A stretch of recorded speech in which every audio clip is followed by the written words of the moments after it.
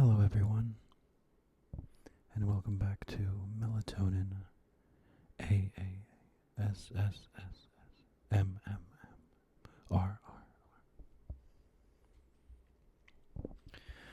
Today it looks like we're going to be learning about the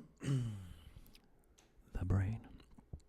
We have a user's guide to 100 things you never knew about the brain. Sensation, movement, vision, balance, hearing. Got some nice visuals here for us to partake in. Got these visuals. We love visuals. Nice colors here too. Matching with the pen, matching. Again, with the visuals.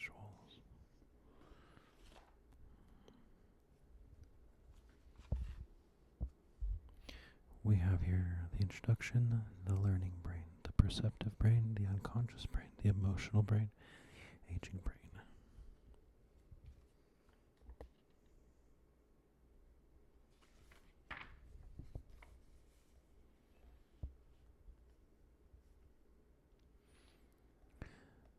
This is about the learning brain.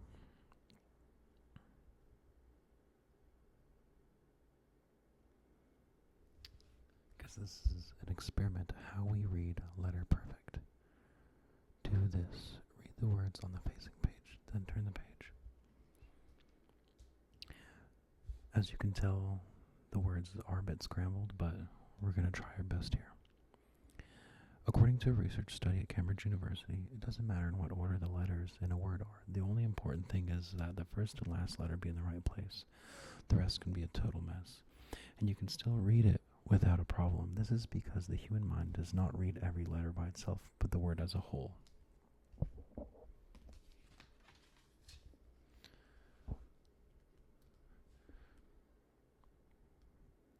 Here we are, one of our favorite words, anti-disestablishmentarianism. Looks like our brains also learn words based off their shape. It's word contours. Your brain learns to read by learning letters and groups of letters and then linking them to create meaning. Experienced readers also use context and clues such as shape and letter order to identify words. I guess this is going to break it down for us. What happened? The text you just read is a hoax. A compelling, scalp-scratching hoax, but a hoax just the same. This scrambled paragraph circulates on the internet in 2003. When it came to the attention of researchers at Cambridge University, they denounced the fraud. Then they explained how, although it contains a grain of truth, it also flies against linguistic research.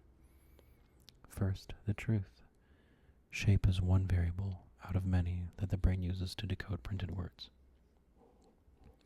James Cattell, the founder of psycholinguistics, proposed the word-shape model of reading in 1886. He flashed words and let the testers and letters at test subjects for fractions of a second to test memory. Surprisingly, they recognized words and the letters they contained better than the letters alone. Cattell concluded that their brains processed word shapes all at once. For example, the brain would recognize the word shape by the ascending H in the second position and the descending P in the fourth. The brain also picks out letters more quickly in the middle of a word than in isolation. Matt Davis of Cambridge's MRC Cognition and Brain Sciences Unit has noted that the claim about the significance of the first and last letters is false. He provides this sentence in which words' first and last letters are intact as a test. A doctor has admitted to the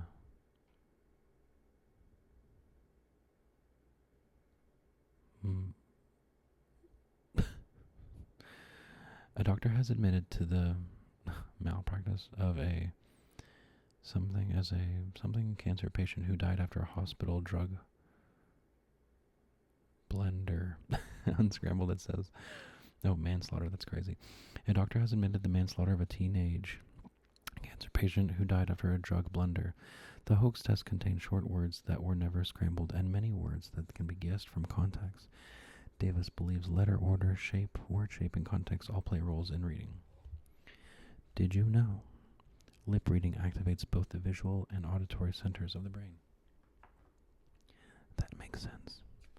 I want to go around and read some more of these did you knows. Let's see if we can find some together. Oh, here we are. Brain cells. Did you know a neuron can reach from one side of the brain to the other? Amazing.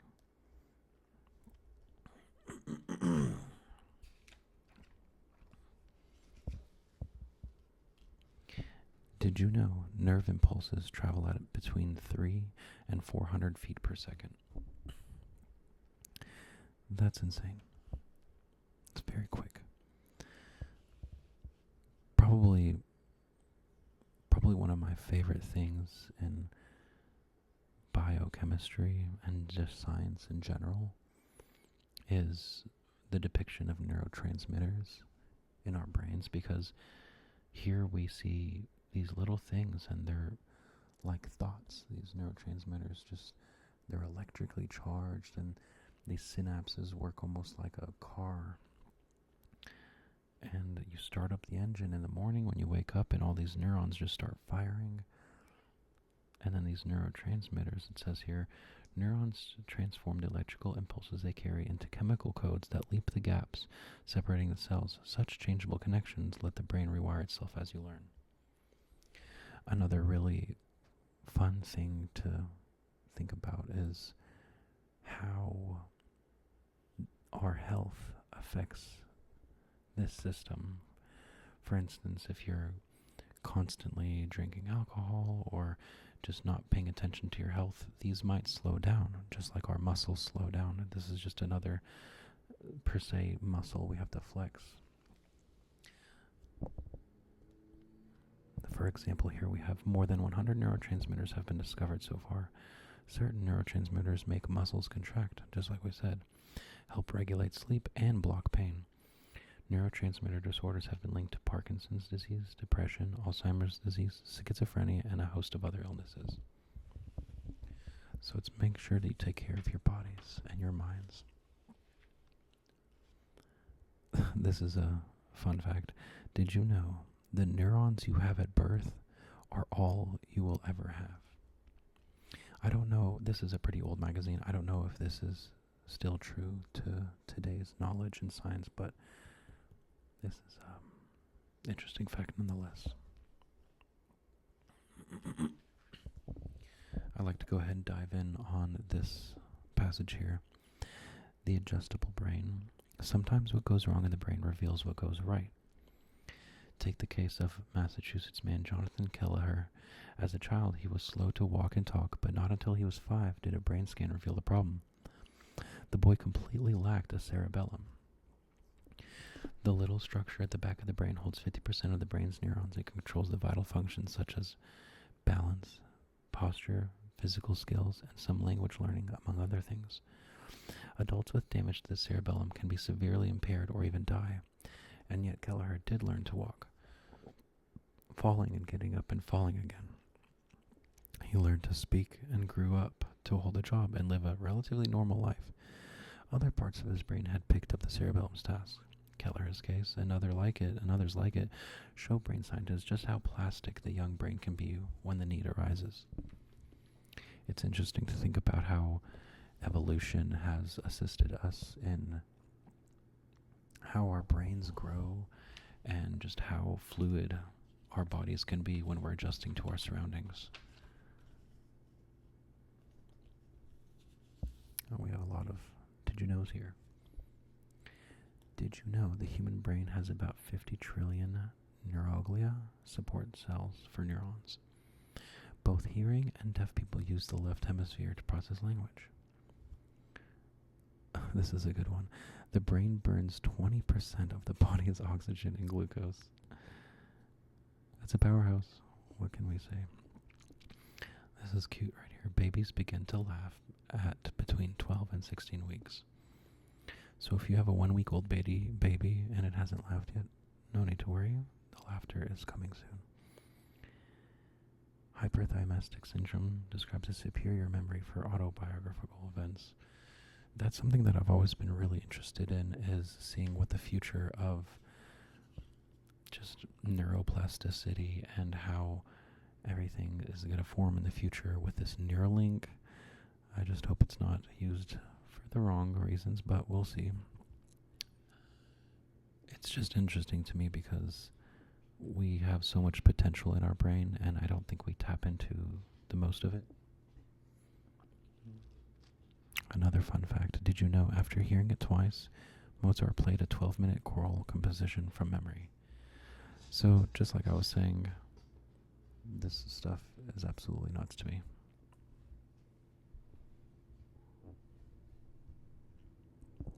And I wish that I could do this. I do enjoy playing piano, but nothing to this extent.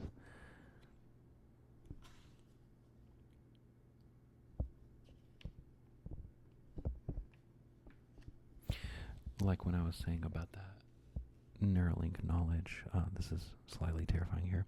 Scientists have created false memories in mice. Terrifying. Nonetheless, we are moving on here. Speaking of mice, got a little mouse here, pausing at a dead end.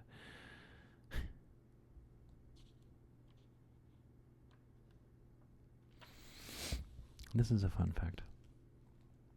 Did you know memories are more likely to stick if they combine information and emotion? Such as if we all tend to remember our first kiss, or when we, per se, lost our virginity, or when a loved one died, or if you're studying and crying at the same time because of how hard you're studying, you might remember it better. All jokes aside, I love this fact because there's that movie, Inside Out, and it kind of talks about core memories and how, we just associate these core memories with very strong emotions. Another very beautiful fact here is treatments to lift depression usually improve memory. Yes.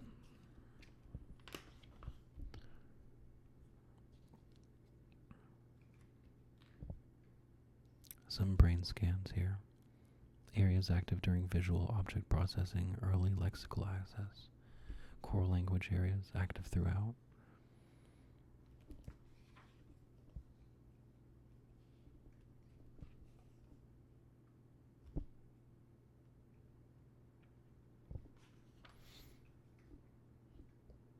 Smell and taste.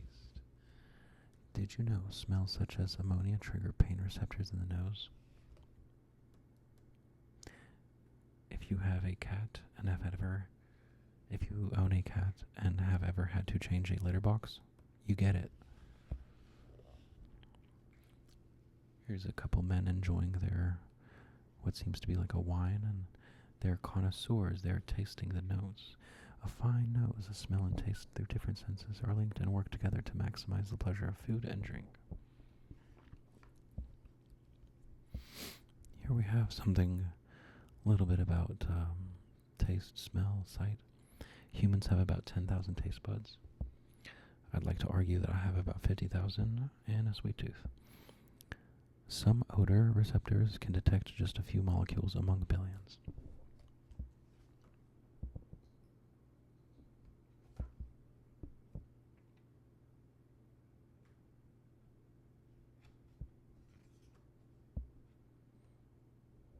Oh, this is another beautiful fact. Did you know exposure to oxytocin increases the level of trust people have for each other? Oxytocin, that feel-good chemical, essentially you get it from hugging, and sometimes I think from working out, or just things that make you feel good, but mostly from hugging, and then it's also released during childbirth as well.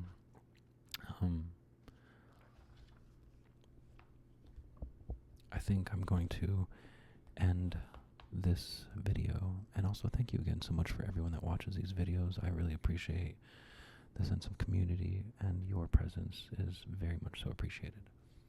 But to end this video, I think I'm going to go ahead and read